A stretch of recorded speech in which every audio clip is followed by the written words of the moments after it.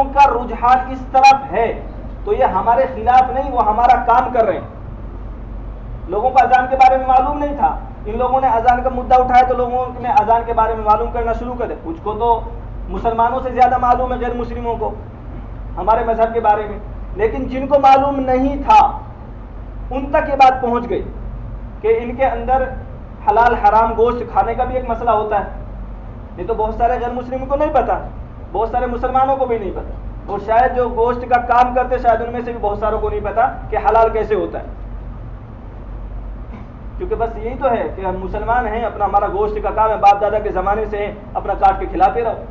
کبھی پوچھنے کی زحمت تو کرتے نہیں کہ بھئی کتنی نسیں کٹنی چاہیے اور کب حلال ہوتا ہے، کیا پڑھنا چاہیے. بہت سارے کو تو جو گوشت کا کام کرتے ہیں شاید ان کو بھی معلوم نہیں ہوگا. جو بھی آدمی کام کریں اس کو چاہیے کہ وہ اس کی تحقیق کر لیں، اس کے بارے میں معلومات کر لیں. ہم معلومات کرتے ہیں، ہم مشورے کرتے ہیں. میں اگر جوتے کا کام کرنے والا ہوں تو جوتے کے کام کرنے والے سے جا کر کے مشورہ کروں گا. میں کبھی کسی مفتی کے پاس نہیں جاؤں گا کہ جوتے کا کام مجھے کیسے کرنا ہے، اس میں کیا حلال ہے کیا حرام ہے. ہم اس کے پوچھنے کی زحمت نہیں کرتے. تو پھر ایسا ہی ہوگا جب ہمارے اندر لقمہ حرام کا جائے گا تو پھر ہماری جو نسلیں پروان چڑھے گی وہ ایسی ہوگی جیسے اب ہے. پھر رونے کی ضرورت نہیں ہے. تو پہلو، ہر چیز کے دو پہلو ہیں، ایک مثبت ایک منفی. جو ہمیں اللہ تبارک و تعالیٰ کا ایک اصول ہے، اللہ تبارک و تعالیٰ کا جو پہیہ ہے ہمیشہ الٹا چلتا ہے، ہمیشہ الٹا. جب تک وہ چل رہا ہے تو تب تک نہیں کسی کو نہیں معلوم کہ کہاں جا کر کے ٹھہرے گا، کسی کو نہیں معلوم کہاں جا کر کے ٹھہرے گا. اور جب ٹھہرتا ہے پھر حالات جیسے ہمیں نظر آتے ہیں اس کا بالکل اپوزٹ ہوتا ہے. یہ اللہ تبارک و تعالیٰ کا ضابطہ ہے. آپ اٹھا کر کے دیکھو اللہ کے نبی صلی اللہ تعالیٰ علیہ وسلم کے زمانے کو. اس دنیا میں نبی علیہ الصلوۃ والسلام سے بڑھ کر کے تو کوئی انسان نہیں ہو سکتا. اللہ تبارک و تعالیٰ نے کائنات کا وجود ہی آپ کی وجہ سے کیا ہے. اور حالات کیا ہے کہ آپ کے چچا ہے پتھر مار رہے ہیں، آپ دعوت دے رہے ہیں اور آپ کے چچا آپ کے پیچھے سے پتھر مارتے جا رہے ہیں. جنگ بدر کو اٹھا کر کے دیکھو، جنگ بدر میں 313 مسلمان 1000 کی تعداد ہے، ان کے پاس کچھ بھی نہیں اور وہ ہتھیار سے مسلح ہے. مسلمان کے پاس کچھ بھی نہیں، کپڑے پورے نہیں، ہتھیار کی تو چھوڑو. اور اللہ تبارک و تعالیٰ نے نتیجہ کیا دیا؟ مسلمانوں کو کامیاب کر دیا، فتح مسلمانوں کی تھی. اللہ تبارک و تعالیٰ حالات کو ایسے چلاتا ہے جو سمجھ میں نہیں آتے ہیں، لگتا ہے کہ مسلمانوں کے خلاف ہے. حالات بہت جلدی بدلنے والے ہیں. اب ہمیں کیا کرنا ہے؟ مسئلہ یہ ہے کہ ہمیں کیا کرنا ہے. ہمیں کچھ بھی نہیں کرنا، بس اللہ تبارک و تعالیٰ سے اپنا تعلق جوڑنے کی طرف بڑھنے کی کوشش کرنی. باقی اللہ تبارک و تعالیٰ حالات کو خود بخود ہمارے مطابق کر دے گا. تو جو ہم یہ شور مچا ہوا ہے اس شور سے ڈرنے کی بالکل ضرورت نہیں. یہ جو غیر ہیں یہ ہمارا کام کر رہے ہیں، یہ دعوت ہمارے دین کی دے رہے ہیں، ہمارے حجاب کی دے رہے ہیں، ہمارے حلال و حرام گوشت کی دے رہے ہیں. یہ مسلمانوں کو بتا رہے ہیں کہ بہت ساری بستیاں ایسی ملے گی آپ لوگوں کو، مسلمانوں کی بستی میں جا کر کے پوچھو ان کو اذان کے بارے میں کچھ بھی معلوم نہیں ہوگا.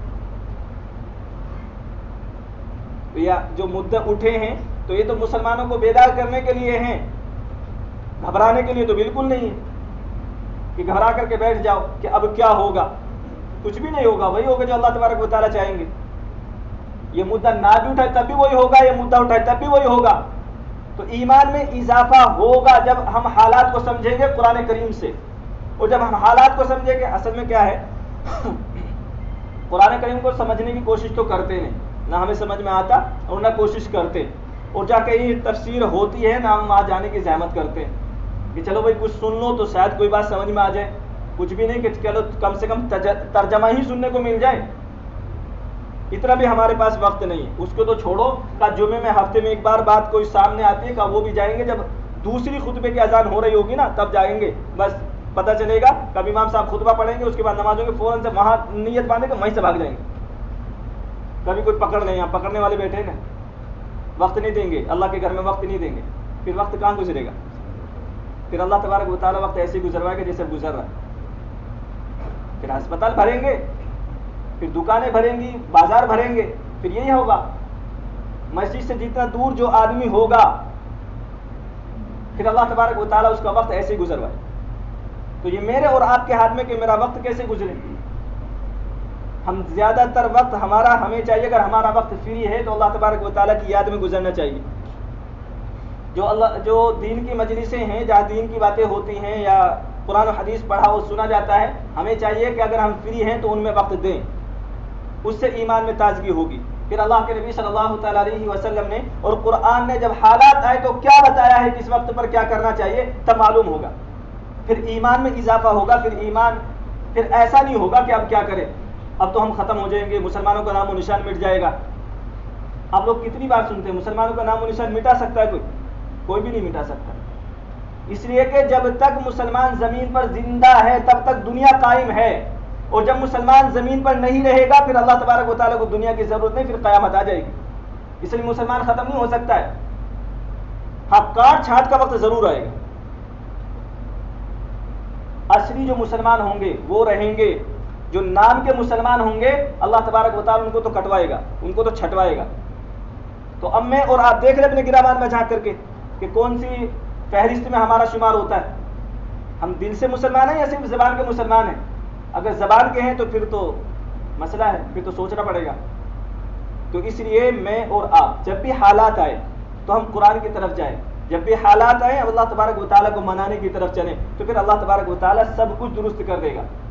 ہمارا مسئلہ یہ ہے، ہم ایک انسان ناپاک قطرے سے پیدا ہوا، اس کی کوئی حیثیت ہے اور وہ زور اس چیز پر لگاتا ہے کہ میں حالات کو صحیح کر دوں، کہ میرے حالات بگڑے میں اپنے حالات کو صحیح کر لوں. میرا کاروبار نہیں چلا، میں زور لگا کر کے کاروبار چلا لوں. کاروبار اس کے زور لگانے سے نہیں چلے گا. اللہ تبارک و تعالیٰ سے مانگنے سے کاروبار چلے گا. اللہ تبارک و تعالیٰ سے رشتہ جوڑنے سے حالات صحیح ہوں گے.